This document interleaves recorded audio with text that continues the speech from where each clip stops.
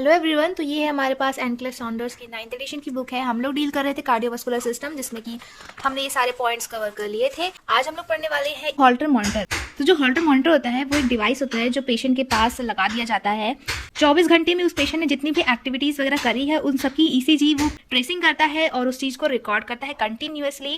Client जो भी activities daily living में परफॉर्म करता है उसको ये हॉल्टर मॉनिटर रिकॉर्ड कर लेता है। अगर कभी भी उस पेशेंट में कोई भी डिसरिथमिया दिखा होते हुए तो उसको ये तुरंत ही आइडेंटिफाई कर लेता है। और ये मॉनिटर ये भी पता करता है कि जो भी उस पेशेंट को अगर एक्स्ट्रा पेसमेकर लगा है वो अपना काम ठीक से कर रहा है या नहीं, या फिर कोई एंटी डिसरिथमिक जो मेडिसिन वगैरह दे रहे हैं वो अपनी मेडिसिन अच्छे से काम कर रही है या नहीं, ये सब हॉल्टर मॉनिटर रिकॉर्ड कर लेता है। इंटरवेंशन कैसे करते हैं, कैसे इस मॉनिटर को यूज किया जाता है। जब भी मॉनिटर लगा दिया गया पेशेंट में तो वो पेशेंट नॉर्मल डेली एक्टिविटीज अपनी परफॉर्म कर सकता है और एक उसको डायरी मेंटेन करनी पड़ेगी। उसमें वो अपना जितनी भी एक्टिविटीज कर रहा है और जो भी इसकी रीडिंग्स आई हैं उसको उसमें लिखना पड़ेगा। और अगर कोई भी उसे सिम्टम्स वगैरह दिखाई दे रहे हैं ईसीजी की ट्रेसिंग से तो उसको भी वो डॉक्यूमेंट करेगा पेशेंट। फिर अब यहाँ पे लिखा है instruct the client using a wired monitor to avoid tub bath, shower, swimming because they will interfere with the electrocardiographic recorder. तो जबकि भी किसी पेशेंट को हॉल्टर मॉनिटर लगा है तो उस पेशेंट को उसके जो वायर्ड मॉनिटर्स है ना, उस पेशेंट को टब बाथ अवॉइड करने हैं, उसमें पानी ना चला जाए, शावर्स को भी अवॉइड करना है, स्विमिंग भी अवॉइड करना है ताकि मॉनिटर में सीधा पानी ना चला जाए जिससे वो खराब हो सकता है, अल्टर्ड रीडिंग आ सकती है इसीलिए।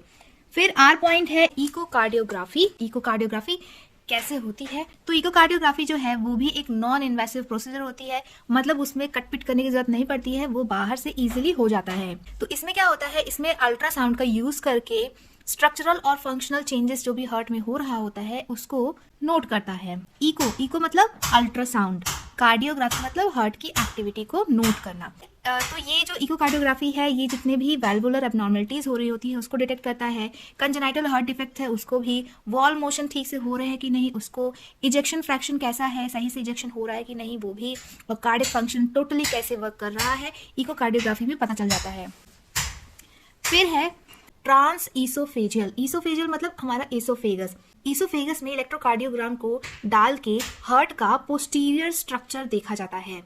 ये एक इन्वेसिव एग्जाम होता है क्योंकि ये बॉडी के अंदर डाला जा रहा है इसलिए इन्वेसिव है और इसके लिए स्पेशल प्रिपरेशन करने की जरूरत पड़ती है, केयर की जरूरत पड़ती है। और ये वैसे ही सिमिलर होता है जैसे कि कोई एंडोस्कोपी का प्रोसीजर होता है।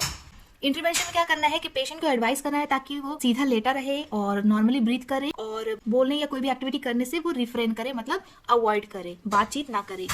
फिर एस पॉइंट है एक्सरसाइज इलेक्ट्रोकार्डियोग्राफी टेक्सटिंग।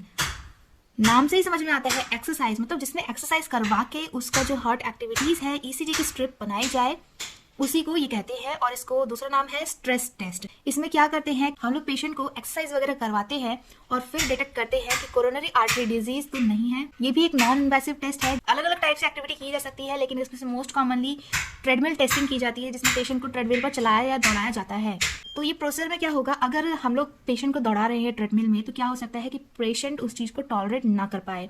तो ऐसी कंडीशन में उस पेशेंट को इंट्रावीनसली डायपिरिडामोल दिया जाता है या फिर डोब्यूटामिन हाइड्रोक्लोराइड, जिससे कि जो उसके कोरोनरी आर्टरीज है वो डायलेट हो जाती है और फिर उसको एक रिलैक्सेशन मिलता है। इस एक्सरसाइज को करने से पहले पेशेंट को 3 से 6 घंटे एनपीओ रखा जाता है, मतलब नथिंग बाय माउथ। उसको कुछ भी खाना मना है 3 से 6 घंटे तक इस प्रोसीजर के पहले। फिर प्री प्रोसीजर में एक नर्स का क्या रोल रहता है, क्या कैसे करना है। तो पहले तो हमें इन्फॉर्म्ड कंसेंट साइन करवाना है, एक रात पहले उस पेशेंट को एडिक्वेट रेस्ट प्रोवाइड करवाना है। पेशेंट जैसे कि एक नॉन इन्वेसिव टेस्ट है तो इसीलिए उस पेशेंट को एक लाइट मील हल्का खाना दिया जाता है 1-2 घंटे पहले। और पेशेंट को बोलना है कि वो स्मोकिंग, अल्कोहल, कैफीन वगैरह कुछ भी इंटेक ना करे। अगर कोई भी वो पहले से मेडिसिन वगैरह ले रहा है वो पेशेंट तो वो अपने पीएससीपी को इन्फॉर्म करे कि क्या वो मेडिसिन अभी भी ले सकता है उस डे जिस दिन वो प्रोसीजर होगा। थियोफाइलिन जो प्रोडक्ट्स होते हैं वो 12 घंटे पहले ही विथहेल्ड कर जाते हैं, मतलब उनको खाने से रोक दिया जाता है थियोफाइलिन प्रोडक्ट्स। और कैल्शियम चैनल ब्लॉकर और बीटा ब्लॉकर भी उस दिन अवॉइड करते हैं खाना जिस दिन ये टेस्ट होने वाला होता है। ये कैल्शियम चैनल ब्लॉकर और बीटा ब्लॉकर हार्ट की एक्टिविटी को थोड़ा डिक्रीज करते हैं, इसीलिए अगर स्ट्रेस टेस्ट वाले दिन हम लोग इसको अवॉइड किया जाता है ताकि जैसा उसकी असली हार्ट रेट है वो वैसा ही चले, स्ट्रेस पोर्शन में वो कैसा हार्ट रेट हो रहा है ये पता चल सके इस टेस्ट के माध्यम से। फिर पेशेंट को बोलना है कि वो नॉन कंस्ट्रक्टिव ढीले कपड़े पहने, ज्यादा टाइट कपड़े मत पहने, रबर के शूज पहन ले वो। और अगर कोई भी चेस्ट पेन, डिजीनेस, शॉर्टनेस और ब्रीथ होने लगे तो पीएससीपी को तुरंत नोटिफाई करना है और पेशेंट को पोस्ट प्रोसीजर मतलब आफ्टर इस टेस्ट के बाद पेशेंट को हॉट बाथ या फिर शावर लेने के लिए मना करना है 1 से 2 घंटे तक के लिए। फिर टी पॉइंट है मायोकार्डियल न्यूक्लियर परफ्यूजन इमेजिंग। तो ये हम अपनी नेक्स्ट वीडियो में देखेंगे। ऐसी और लगातार वीडियोस देखने के लिए आप हमारे चैनल को सब्सक्राइब कर लीजिए। Thank you so much.